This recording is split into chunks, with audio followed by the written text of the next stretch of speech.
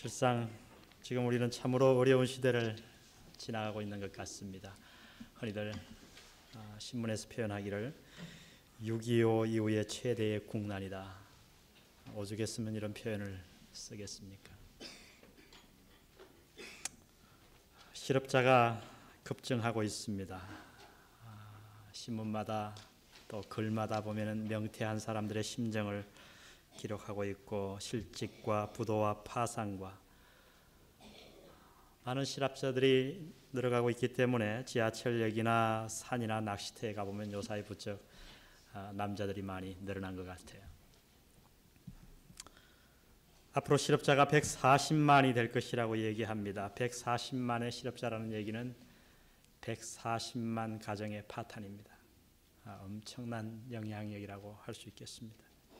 현재는 그럭저럭 저축한 돈으로 버텨나가겠지만 아마 올 가을이나 내년 봄쯤 되면 상당한 위기가 우리에게 올 것이라고 모두들 예견하고 있습니다. 그러나 그러한 경제적인 고비보다도 더 우리 사회를 참으로 심각하게 만드는 것은 낙심과 좌절이 확산되어 가고 있다고 하는 거예요. 요사이 IMF형 자살이 급증하고 있다고 합니다. 지난주 제가 신문에 보니까 서울 강남경찰서 보고서에 의하면 지난 기간에 같은 해에 같은 기간 동안에 자살 숫자가 3배나 늘었습니다. 한강의 투신 자살하는 건수가 월 평균 5배가 증가했습니다. 더 우리를 마음 아프게 만드는 것은 범죄가 날로 증가하고 있다고 하는 사실이에요. 그러나 오늘날의 이 범죄는 상당히 좀 독특합니다. 옛날에는 그저 범죄자들이 주로 범죄를 범했어요. 그래서 경찰서에서 범죄를 막으려고 치면 전과자들만 잘 관리하면 대개 전과가 1범에서 끝나지 아니하고 6범, 7범, 8범 계속 범죄한 사람들이 범죄하기 때문에 단속하기가 쉬웠습니다. 그러나 오늘날의 심각한 문제는 이 범죄가 전과자들의 범죄자들의 범죄가 아니고 전문가들이 아닌 시민들의 범죄가 날로 증가하고 있다고 하는 사실입니다. 여러분 그래서 요새 은행 털다가 종종 많이 잡히잖아요. 옛날엔 잡히지 않는데 그거 왜 잡히는지 아세요? 전문가가 아니라서 그래요. 그 농협에 들어간 강도만 해도 보세요. 그 여직원하고 60이 넘은 할아버지가 덤비는데 칼을 들었는데 거기서 돈 못 훔쳐가고 붙들렸단 말이죠. 그 어떻게 그런 일이 있을 수 있어요? 잡고 보니까 그는 전문가가 아니었어요. 차마 사람을 찌를 수가 없었던 거죠. 그 여직원 찔렀으면 그대로 돈 갖고 갔을 겁니다. 그가 도둑질한 얘기를 들어보니 파산을 맞았습니다. 부도를 맞았어요. 빚을 갚을 길은 없고 아이들은 집에서 학교는 가야 되겠고 할 수 없이 은행을 털기로 마음을 먹었습니다마는 차마 칼로 사람을 찌르지는 못해서 잡히고 말았습니다. 멀쩡한 시민들이 강도로 훔치는 사람으로 도둑으로 돌변하고 있습니다. 심각한 문제가 아닐 수 없어요. 무엇이 문제인가? 경제가 문제인가? 거기에 대한 대답은 예도 될 수 있고 아니어도 될 수 있어요. 예라고 하는 것은 바로 이러한 IMF라고 하는 심각한 우리의 경제난이 우리 사회를 이렇게 어렵게 만들었어요. 그러나 아니라고 얘기할 수 있는 것, 거기에도 충분한 근거가 있습니다. 실질적인 이유는 그것이 경제가 아니라는 거예요. 그 일례로 지금 현재 우리의 경제 수준이 몇 년도와 똑같으냐 하면 88년도와 똑같습니다. 여러분 88 서울올림픽을 기억하십니까? 우리의 현재 수입이 그때와 똑같다고요. 7,000달러예요. 그런데 이 88년도 서울올림픽이 열렸을 때 우리 국민들의 마음이 얼마나 따뜻했습니까? 얼마나 베풀었습니까? 얼마나 희망에 차 있었습니까? 그때는 사회가 이렇게 흉폭해지지 않았어요. 자살자도 없었고 도둑도 그렇게 증가하지 않았어요. 오히려 많은 시민들이 힘을 합쳐서 나라를 건설해 나가기 시작했습니다. 그런데 지금은 왜 불안합니까? 무엇이 문제입니까? 경제가 아니라는 거예요. 참으로 문제는 경제가 아니라 우리의 마음의 동요에 있다고 하는 것입니다. 사람들의 마음속에 자리 잡은 위기감이 참으로 문제인 겁니다. 수많은 사람들이 마음이 불안해하고 있고 위기감을 느끼고 있습니다. 참으로 안타까운 것은 앞으로 우리 사회는 더욱 불안해질 전망에 놓여 있다는 거예요. 불안 심리가 날로 확산되고 있고 위기감이 고조되어 있고 범죄는 늘어나고 낙심이 퍼져 있고 고통의 시대가 올 것 같다는 겁니다.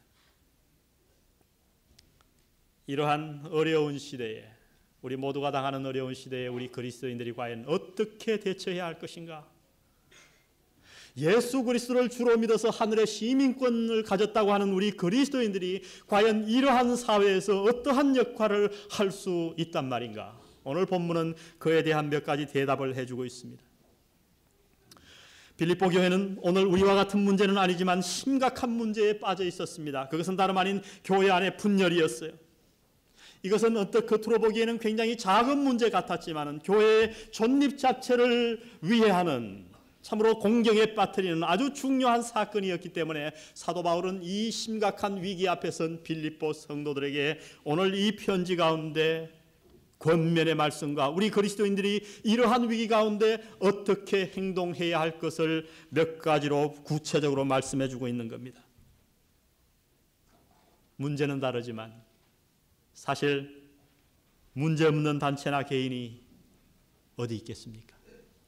우리는 모두 문제와 더불어 살아가는 존재들입니다. 이 IMF가 지나가면 문제가 없을 것 같지만 아니요, 또 다른 문제가 우리를 찾아올 것입니다. 이 문제가 아니면 다른 문제, 이 문제가 아니면 또 다른 문제가 계속해서 우리를 찾아오게 되어 있습니다. 그것이 우리의 삶이에요. 끊임없이 찾아오는 이러한 역경과 고난과 문제들에 대해서 어떻게 우리 그리스도인들이 올바로 지혜롭게 대처할 수 있을 것인가? 오늘 이 사도 바울의 말씀에 귀를 기울여 보시기를 바랍니다. 이러한 어려운 때에, 위기의 시대에 우리 그리스도인들이 먼저 해야 할 일은 사도 바울이 부탁하는 바는 다름 아닌 굳게 서는 것입니다. 1절을 보십시오. 그러므로 나의 사랑하고 사모하는 형제들, 나의 기쁨이요 면류관인 사랑하는 자들아, 이와 같이 주 안에 어떻게 하라? 서라. 여러분, 명령이 너무 간단해요. 동사는 단 하나예요. 1절이 굉장히 길지만 한마디로 얘기하면 서라는 거예요. 오늘 우리는 그냥 서라고 번역했지만 사실은 굳게 서라. 오늘 우리의 사회의 위기는 안타깝지만 앞으로 더욱더 심해질 것 같습니다. 이제 시작에 불과합니다. 터널에 들어선 것에 불과합니다. 시민이 강도로 돌변하고 있어요. 아무래도 앞으로는 아이들도 마음대로 바깥에 내놓지 못할 그러한 시대가 올지도 몰라요. 선량한 시민들이 유괴범으로 돈 때문에 전락하고 맙니다. 어떻게 할 것입니까? 도대체 여기에 대한 성경의 해결책은 무엇입니까? 이러한 공경스러운 처지 가운데 있는 그리스도인들에게 성경의 명령은 무엇입니까? 그것은 다름 아닌 서라는 겁니다. 성경에 이와 비슷한 표현이 굉장히 많아요. 왜냐하면 성경은 삶과 분리된 책이 아니고 우리의 삶은 고난과 분리해서 결코 생각할 수 없는 삶이기 때문에 성경 곳곳에 이러한 부탁의 말씀이 많이 있습니다. 고린도서 16장 13절에는 굉장히 재미있는 표현으로 말씀하십니다. 깨어 말씀에 굳게 서서 남자답게 강건하여라. 재밌죠?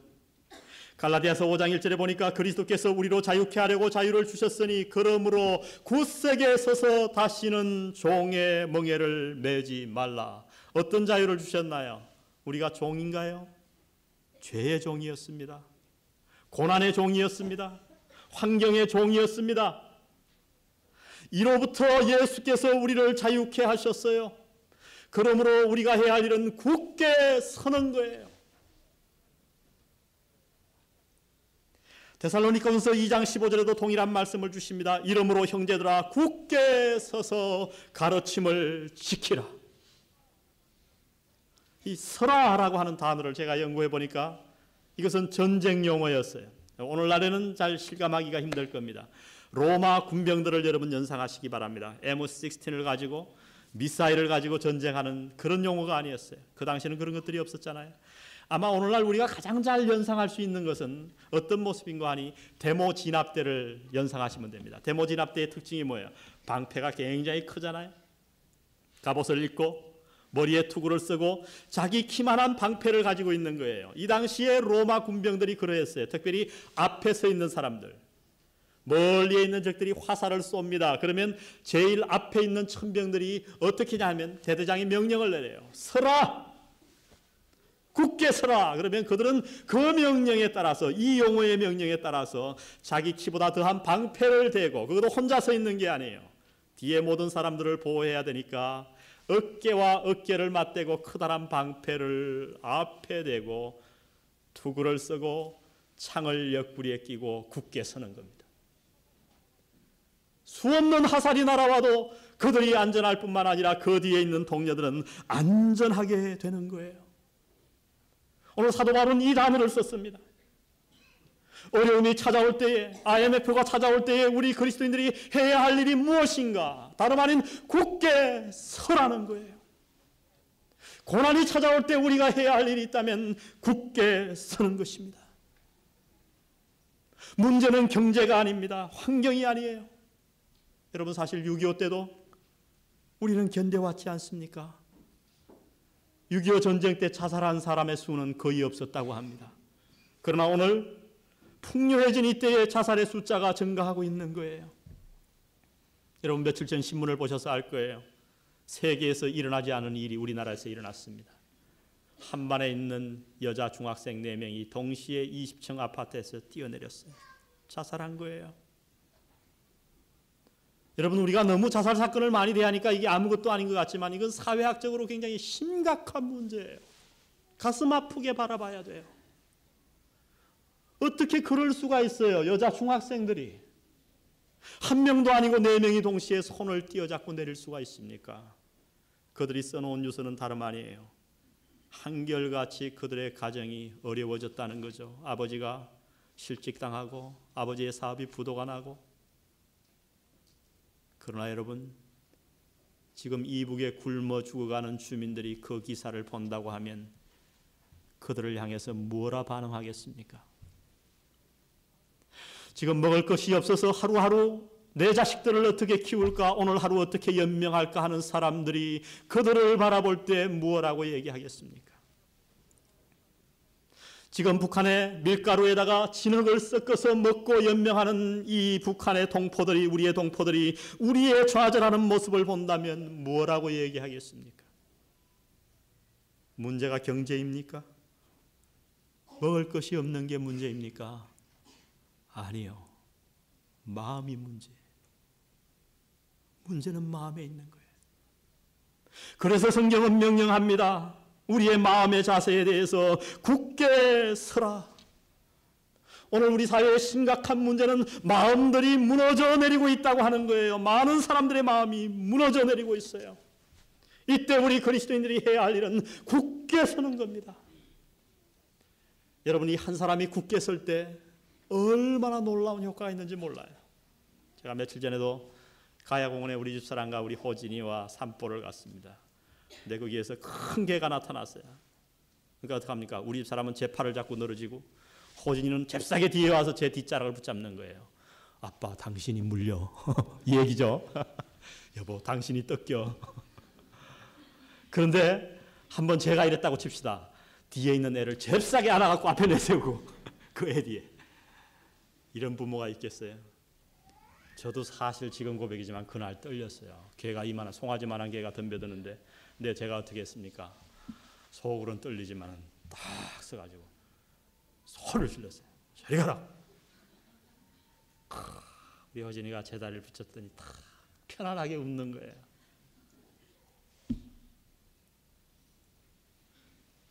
내 한 사람이 어려움 속에서 굳게 설 때에, 내 자리를 지킬 때에 나와 관계된 주위의 수많은 사람들이 평화를 얻는 거예요. 지금 우리 사회의 문제는 다시 한번 말씀드립니다. 현실이 문제가 아니에요. 경제가 문제가 아니에요. 수십 배나 못 살아왔을 그때에도 우리는 행복하게 살았었습니다. 문제는 마음의 문제예요. 불안 심리가 확산되는 거예요. 오늘 이러한 어두운 사회에서 우리 그리스도인이 해야 할 일은 우리의 마음을 굳게 하고 하나님의 명령에 따라서 굳게 서는 것인 줄 믿습니다. 고난은 사실 지금만 있는 것이 아닙니다. 많은 시인들이 우리 인생을 바다로 표현했습니다. 여러분, 바다가 잔잔할 때 얼마나 보기 좋아요? 저는 바다를 잘 거닙니다. 우리 장인어른이 오셔서 어제 저녁에도 바다를 거닐고 왔어요. 수많은 사람들이 바다에 나왔더라고요. 저 토요일 날 안 나가봤거든요. 그렇게 많은 사람들이 나와 있는 줄 몰랐어요. 그러나 여러분, 제가 부산 와서 느낀 게 뭔지 알아요? 하루는 뉴스 일기를 보지 않고 남천동 방파제가 있는 데를 차를 몰고 지나갔어요. 그런데 파도가 얼마나 센지 말이죠. 그 높은 방파제, 그 멀리 있는 방파제를 파도물이 늘어서 넘어와 가지고 제 유리를 확 차를 덮치더라고요. 잘못하면 사고 날 뻔했어요. 그것이 바다 아닙니까? 그것이 우리 인생인 거예요.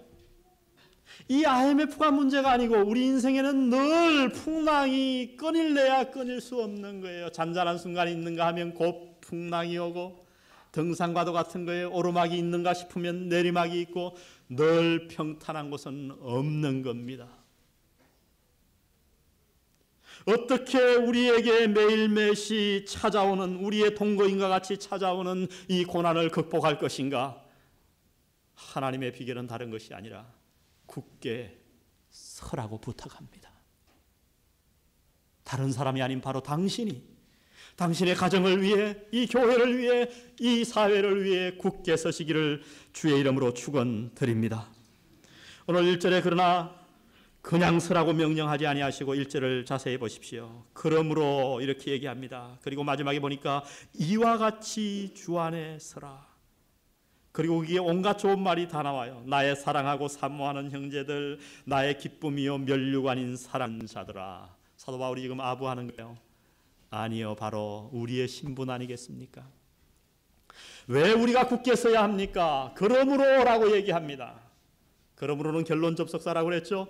3장의 내용을 요약하고 있는 거예요. 3장에서 사도 바울이 무슨 말씀을 했습니까? 한마디로 얘기하면 우리의 시민권이 하늘에 있다는 거예요. 이 땅에 있지 않아요. 우리의 고향은 하늘이다. 그리고 예수께서 언젠가는 이 땅을 심판하러 다시 오실 것이며 우리의 이 낮은 몸이, 썩을 몸이, 병든 몸이, 약한 몸이 완전한 몸으로 부활될 것을 3장에서 계속 강조했습니다. 그러므로 이와 같이 하늘의 시민권을 가진 자와 같이, 부활을 이룰 자와 같이 주님 안에서 굳게 서라. 사랑하는 성도 여러분, 하늘의 시민권을 가지셨습니까? 다른 사람이 아닌 예수 그리스도를 믿는 사람들이 굳게 서야 할 때가 왔습니다. 여러분이 다른 사람의 앞장에 서십시오. 여러분이 여러분의 가정 맨 앞에 서시기를 바랍니다. 바로 당신이 이 교회의 맨 앞에 서십시오. 여러분의 직장 맨 앞에 서셔서 로마 군병의 방패와 같이 그들의 방패막이가 되시기를 바랍니다. 굳게 서야 합니다. 우리가 어떻게 이 위기를 극복할 수 있는가? 먼저 굳게 서야 합니다. 두 번째 2절에서 우리에게 가르쳐주는 말씀은 다름 아닌 같은 마음을 품으라고 얘기합니다. 다 같이 같은 마음을 품으라. 오늘 여기 2절에 보십시오. 내가 유오디아를 권하고 순두개를 권하노니 주 안에서 같은 마음을 품으라. 유오디아와 순두개가 누군가 아무도 몰라요. 왜냐하면 이 신약 성경에 이 두 사람의 이름이 여기만 기록되어 있기 때문에 그래요. 그러나 우리가 한 가지 알 수 있는 것은 그 당시의 문헌을 통해서 볼 때 이 두 사람이 여자 이름인 것만은 틀림없어요. 어떤 사람들은 이 여자가 누구냐? 빌립보 교회를 창립했던 루디아의 별명이 아니냐 그러지만 그건 상상에 불과해요. 아무도 몰라요. 우리가 이 빌립보 교회를 생각해 볼 때 빌립보 교회는 상당히 여자 주도적인 교회였습니다. 이 빌립보 교회가 어떻게 창립되었는가? 사도행전 16장을 보면 알 수 있죠. 사도 바울이 하루는 빌립보에 가서 기도 처소가 없어서 강가에 가서 기도하고 있는데 한 무리의 여자들을 만납니다. 그 가운데 루디아라고 하는, 오늘날로 말하면 비단 장사를 만나게 되는 거예요. 옷감 장사를. 그래서 그를 전도했고 루디아가 자기의 집을 개방해서 빌립보 교회는 가정교회에서 시작된 교회입니다. 그리고 이 당시 문헌을 읽어볼 때 이 빌립보 지방에는 여성들의 지위가 굉장히 높았던 것을 알 수 있어요. 비문 같은 데 보면. 우리나라는 여자가 암만 잘해도 연료비는 세워주죠. 그 연료비라는 건 뭐냐? 남편을 위해서 죽은 여자, 또 부모를 위해서 죽은 여자, 주로 하여튼 자신 죽은 건 잘 세워져요. 그러나 여자가 뭘 암만 잘했다 그래서 공덕비 세우는 거 봤어요? 우리나라는 없어요. 근데 이 당시에 고고학을 쭉 발견하면서 보니까 이 여성들을 위한 공덕비가 많이 세워져 있었어요. 그것을 볼 때 이 빌립보 지방에는 여자들의 지위가 높았던 겁니다. 그러니까 자, 빌립보 교회가 여자가 창립했죠. 그 당시 주위에 부산이라고 칩시다. 이 부산이 여자들의 세력이 아주 셌죠. 이렇게 되니까 그 교회의 지도자들이 대개 누구였냐면 여자들로 이루어져 있었어요.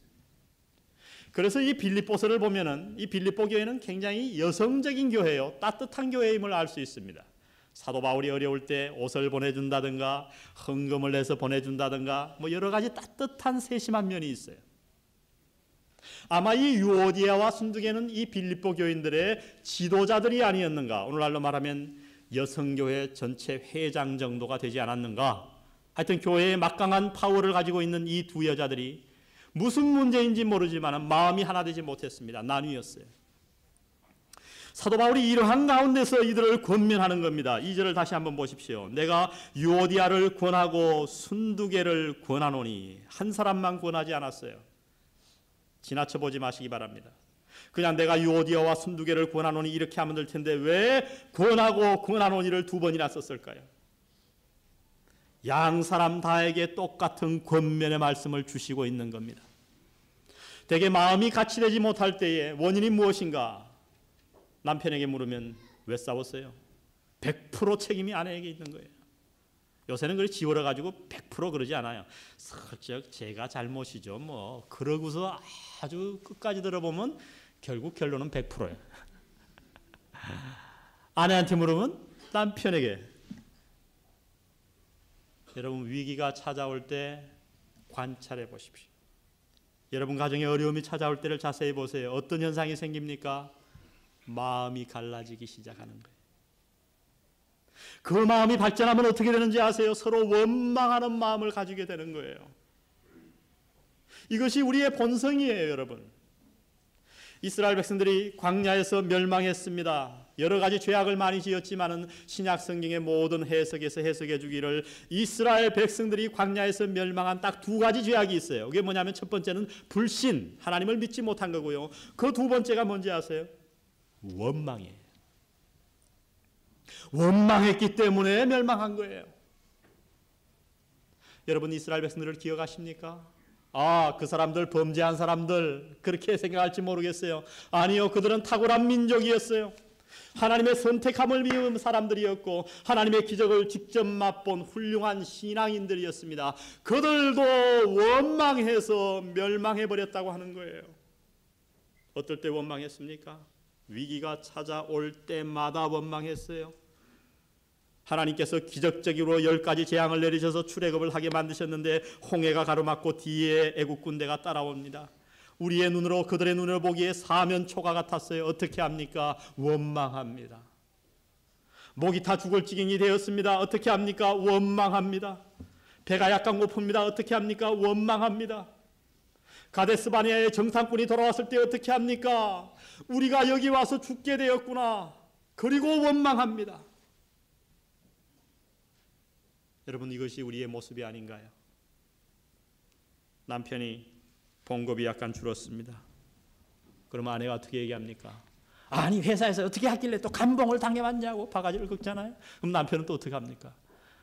아니, 그래, 여태까지 벌어다 줬는데 그렇게 모아놓은 게 없냐고, 다 어디다 썼냐고, 나는 비자금 좀 만들어 놓은 줄 알았더니.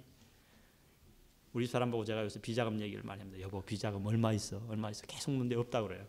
진짜 없는 것 같아요. 하도 여자들이 비자금을 잘 만들어 놓는다 그러길래 저도 한번 해본 겁니다. 그러고 서로 원망하는 거예요. 무엇이 문제예요? 환경이 문제가 아니에요. 삭감당한 봉급이 문제가 아니고 파산이 문제가 아니고 부도가 문제가 아니에요. 마음만 하나 되어 있으면 어느 어려움도 헤쳐나갈 수 있어요. 그러나 참으로 안타까운 것은 작은 어려움이 찾아올 때 부부간에, 형제간에, 가정에, 교회 안에 마음이 하나 되지 못한다고 하는 겁니다. 내가 유오디아와 순두계를 권하노니 주 안에서 같은 마음을 품으라. 사랑하는 성도 여러분, 어떻게 위기를 극복할 수 있나요? 같은 마음을 품어야 합니다. 미국에 한참 월남전이 열리고 있었을 때의 일입니다. 밥 호프라고 하는 아주 유명한 코미디언이 있었어요. 우리나라 말로 말하면 아마 이주일이 정도 될 겁니다. 이주일이가 아니죠. 이주일 국회의원이십니다. 대단한 분이죠. 근데 그분이 그 베트남 위문공연을 이제 가야 되는데 그 정부에서 그를 초청했어요. 기획단장이. 그랬더니 이분이 너무 스케줄이 바빠서 못 가겠다는 거예요. 근데 그 전쟁을 하다가 지친 그 사람들에게 코미디를 잘 해야 되겠는데 그 순서가 없으면 아무것도 되지 않을 것 같아서 이 기획단장이 계속 간청을 하니까 바포프가 이렇게 허락을 했습니다. 그러면 내가 5분간만 가서 공연을 해주겠어. 그래서 바포프가 가서 공연을 시작했는데 5분이 돼도 안 끝내는 거예요. 10분이 되고 15분이 되고 20분이 되고 25분 30분이 돼도 계속 하더니 30분을 넘겨서야 무대를 내려오는데 기획단장이 너무너무 고맙죠. 5분 한다 그러다가 뛰어갔더니 눈물을 철철 울면서 내려오는 거예요. 그래서 이 사람이 너무 궁금해서 아니 5분 하다 그러다가 35분 하고 그것도 말이죠. 코미디 공연을 하고 철철 울면서 내려오냐고 너무 이상해서 물었어요. 그랬더니 바포프가 저 앞에 있는 두 사람 때문에 그렇습니다. 아니 저 앞에 있는 두 사람이 뭐라고 그랬길래요? 어떻게 했길래요? 그렇게 웁니까? 가보시면 압니다. 그래서 이 기획단장이 가보았습니다. 그랬더니 그 앞에 두 사람의 군인이 앉아 있었어요. 상위 군인이었습니다. 한쪽 팔을 잃어버린 사람들이었어요. 근데 이 바포프가 공연을 끝내자 너무나 이 공연을 잘해서 모두가 박수를 치고 있는데 말이죠. 중간중간에 박수를 치는데 팔이 한쪽이니까 박수를 칠 수 없잖아요. 어떻게 박수를 치냐면 두 사람에서 한쪽 팔 가지고 막 맞대고 박수를 치는 거예요. 코미디를 하던 바포프가 거기서 운 거예요. 너무 감동을 받아서 시간을 연기했고 마지막에 급기야 철철 울면서 무대를 내려왔습니다. 그는 떠나오기 전에 아내와 이혼을 결심하고 그 공연에 왔더랬습니다. 그날 이후 그의 삶이 바뀌었어요. 그는 이혼을 취소했을 뿐만 아니라 그 가정을 강건하게 세워나간 아름다운 가정을 이루었습니다. 그리고 훗날 그는 이렇게 얘기했습니다. 저는 한 마음을 품는다는 것이 무엇인지를 그날 처음으로 배웠습니다. 여러분, 우리는 다 부족한 존재 아닙니까? 상위군인과 같은 존재입니다. 누구라서 완전하겠습니까? 누구라서 약점이 없겠습니까? 나는 완벽한 것 같아도 상대가 나를 보면 부족한 점이 있는 거예요. 그러나 주 안에서 한 마음을 품는 것은 무엇인가? 내 못남과 상대의 약점을 다 극복하고 나서 한 마음이 되는 겁니다. 그 군인들이 자기의 상대의 약점을 둘 다 극복하고 박수를 치듯이 말입니다. 한 마음을 품으셔야 합니다. 우리의 기준, 내 고집만 가지고는 한 마음이 될 수 없어요. 여러분, 상대를 내 기준으로 맞추려고 할 때에 우리는 결코 한 마음이 될 수가 없고 같은 마음이 될 수 없습니다. 주님 안에서만 가능한 거예요. 여러분, 주님의 기준에 상대를 맞추시고 주님의 기준에 여러분을 맞추시기를 바랍니다. 제가 이번에 이사했습니다. 우리 집에 있는 피아노를 조율사가 와서 조율을 합니다. 조율사는 절대 영감을 가졌어요. 그 이사 오는 동안 그 피아노음이 얼마나 많이 뒤틀려 있는지 몰라요. 땡 하고 기계를 가져오더니 그 절대음에다가 높은 음은 낮추고 낮은 음은 높이더라고요. 피아노 한 대 조율하는데 2시간을 땀을 흘리며 하더라고요. 할아버지가 오셔서. 제가 그것을 보고 뭘 느낀지 아세요? 이 조율, 이것이 같은 마음을 품는 비결이구나. 왜 우리가 같은 마음 되지 못합니까? 나에게 맞추려고 하니까 안 되는 거예요. 나도 부족하고 상대도 부족한 거예요. 그것을 인정하셔야 돼요. 우리에게 완전한 분은 누구인가? 주님입니다. 주님 안에서 한 마음 되시기를 바랍니다. 우리가 주님 안에서 하나 되려고 노력할 때에, 주님을 모델로 삼아 나갈 때에 우리는 비로소 한 마음을 가질 줄 믿습니다. 어려운 시대에 살고 있습니다. 한 마음 되면 이 어려움이 문제가 아니에요. 여러분 생각해 보세요. 아무리 어려워도 남편과 아내가 한 마음이 됐다고 생각해 보세요. 무슨 문제겠어요? 아이들이 한 마음이 됐다고 해보세요. 무슨 문제겠어요? 오늘 이 주님의 부탁 말씀에 귀를 기울이시기를 바랍니다. 이 어려운 시대를 어떻게 이길 것인가? 굳게 서야 합니다.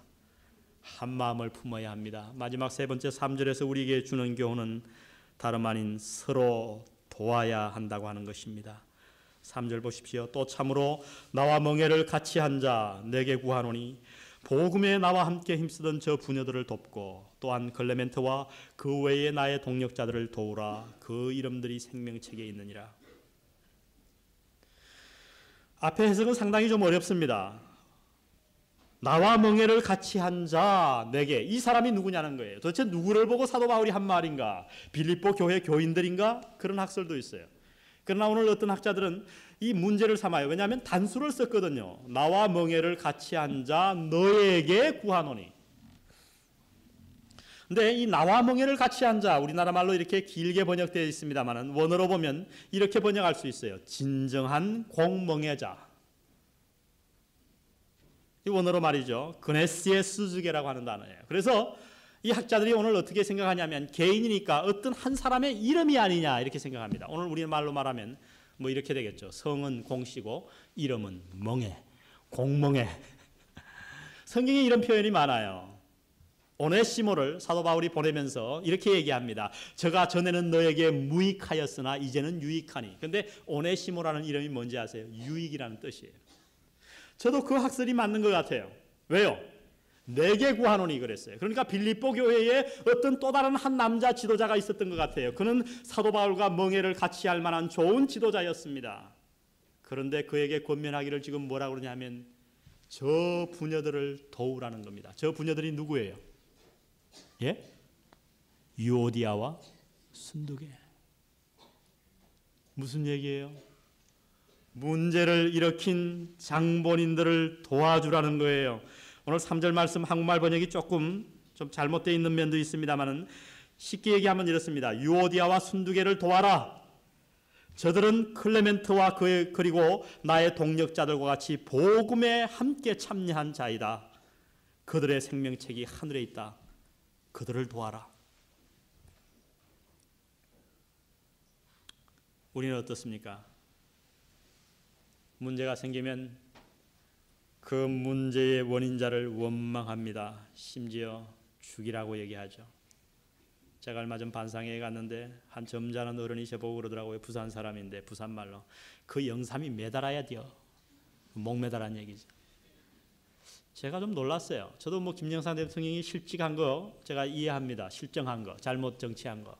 전 부산 사람도 아니지만 제가 그랬어요. 여기 다 부산 사람 같은데 제가 좀 이해가 안 간다 그랬어요.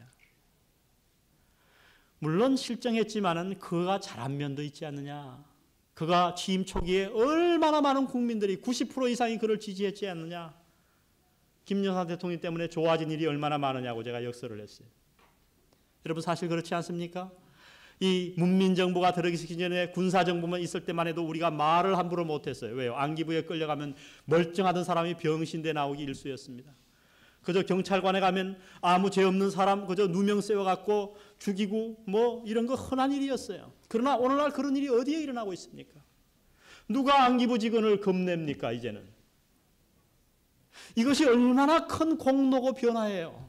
그가 잘한 일도 많잖아요. 그러나 우리는 그러지 않아요. 10가지 잘하다가 한 가지 잘못하면 그는 그냥 죽일 놈 되는 거예요. 우리가 이 자세를 좀 바꿔야 할 것 같습니다. 그것은 마치 말이죠. 이렇게 생각을 해보세요. 제가 비유를 들어서 얘기했어요. 오늘 IMF가 많이 왔는데 한 가장이 열심히 일하다가 부도를 냈어요. 그러니까 이 아들을 학비도 못 대주게 됐단 말이죠. 학교를 휴학해야 되게 됐어요. 그런데 이 아들이 말하기를 저게 뭔 아버지야. 에이, 없애야 되겠다. 말이 돼요? 원망하는 마음 때문에 그런 거죠. 오늘 사도 바울은 그 빌립보 교회에 문제를 일으킨 자들 유오디아와 순두계가 얼마나 많은 사람들에게 지탄을 받았겠습니까? 수많은 다른 지도자들이 그들을 얼마나 비판했겠습니까? 그러나 그 한 사람 공멍에 어떤 사람인지 모르지만 그 지도자에게 명령하기를 구하기를 저 부녀들을 도와줘라. 왜냐하면 그들이 복음을 위해 수고했고 그들의 생명책이 하늘에 있기 때문이다. 우리가 이 어려움을 어떻게 극복할 수 있습니까?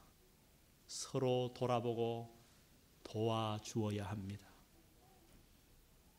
남편은 아내를 돌아보고 아내는 남편을 돌아보고 우리 성도는 옆에 어려운 성도들을 돌아보고 도와주어야 한다고 하는 것입니다.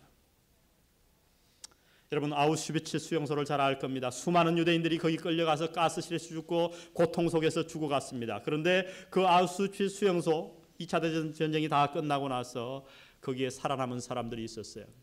그래서 기자가 인터뷰를 했습니다. 공교롭게도 그들은 모녀지간이었어요. 그 어려운 환경 가운데서 수많은 사람들이 고통을 못 이겨서 자살하고 생명을 포기한 가운데 어떻게 살아남을 수 있습니까? 그것도 한 사람도 아닌 모녀지간에. 그때 그 어머니가 이런 대답을 했습니다. 그 아우슈비츠 수용소 안에서 수많은 사람들이 배가 고파 옆 사람의 빵을 훔쳤습니다. 수많은 사람들이 추울 때에 자기의 떨어진 신발을 옆 사람과 자는 사이에 교체하는 것을 보았습니다. 담요 한 장을 더듬고 자기 위해서 옆에 사람과 싸우는 모습을 저희들은 보았습니다. 그러나 저희 모녀는 그 눈물에 젖은 빵을 서로에게 권했습니다. 엄마는 딸 보고 먹으라고, 아니라고. 딸은 어머니에게 먹으라고. 그것이 우리들을 오늘까지 살아남게 한 이유입니다. 여러분, 아무리 어려워도 사랑하는 자들은 살아남습니다. 서로 돕는 자들은 건재하게 존재할 것입니다. 이 IMF 위기의 시대에 우리가 어떻게 빛이 될 수 있을까요? 저는 오히려 이것이 기회라고 생각합니다. 우리 그리스도인들에게. 여러분, 환한 대낮에 촛불 하나 켜놓으면 누가 관심을 갖겠어요? 그러나 이 사회가 깜깜해질 때에, 위기가 찾아왔을 때에 우리 그리스도인들이 참 하나님의 등불 노릇을 할 수 있는 기회라고 저는 생각합니다. 어떻게 등불 노릇이 될까요? 굳게 서셔야 합니다. 한 마음을 보여주어야 합니다. 부부간에, 가족간에, 교회간에. 그리고 서로 주위에 불쌍한 사람들을 도와야 합니다. 여러분, 경제적으로 아직 괜찮은 자들이 이 자리에 있습니까? 실직장한 자들을 돌아보시기를 바랍니다. 아직도 통장에 여유가 있는 분들이 있습니까? 그렇다면 여러분, 파산한 가정들을 돌아보시기를 바랍니다. 저는 앞으로 이 일을 위해서 특별 헌금을 할 계획입니다. 제가 혼자 기도하고 있습니다. 따로 구자를 만들어서 IMF 구자를 만들고 싶어요. 우리의 실직당한 형제들을 돌아보고 싶단 말이죠. 한두 달 도와줘서 끝날 일이 아니지 않습니까? 우리 모두는 하늘의 시민권을 가진 자입니다. 주님의 재림을 기다리고 있고 언젠가는 영광스러운 부활을 바라보며 사는 자들입니다. 이 어려운 시기, 사회가 흔들리고 국가가 흔들리고 6.25 이후의 국난을 이 가운데서 우리 그리스도인들이 어떤 역할을 할 것입니까? 오늘 이 말씀이 우리에게 지표가 되어서 굳게 서시며 한마음 되시며 어려운 자들을 돌아보아 이 어두운 불안해가는 사회를 밝히시는 영한 성도들 되시기를 바랍니다.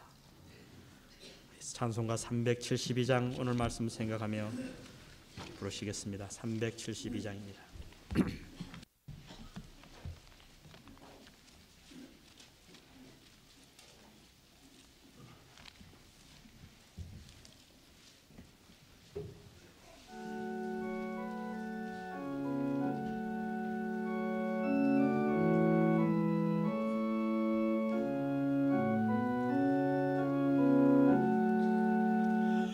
나 맡은 원부는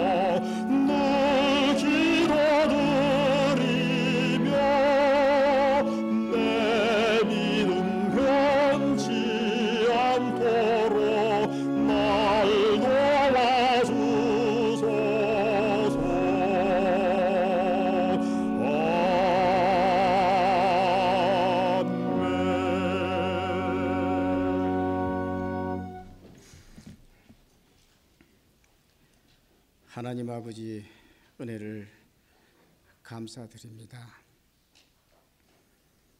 어린아이가 부모의 손을 잡지 아니하고 홀로 서겠다고 주장할 때에는 그는 넘어지기 쉽습니다.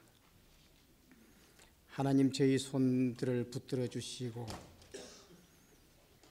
주님과 함께 굳게 서서 담대한 믿음으로 주님을 위해서 살 수 있는 귀한 성도들 다 만들어 주시기를 원합니다. 저희들은 너무나 연약하여 때때로 가다가 넘어질 때 힘이 많습니다. 하나님 일으켜 주시고 힘 주시고 인도해 주시기를 원합니다.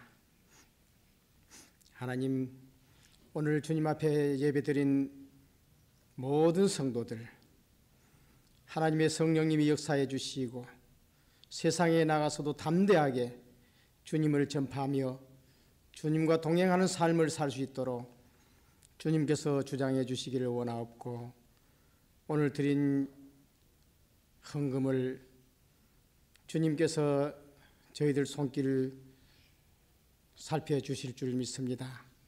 어려운 가운데서도 주님 앞에 드려싸움에 이 물질이 닿는 곳마다 하나님 크신 영광이 나타나게 도와주시기를 원합니다. 저희들 삶에 물질적으로도 큰 축복 나리워 주시옵소서. 예수님 이름으로 기도드리옵나이다.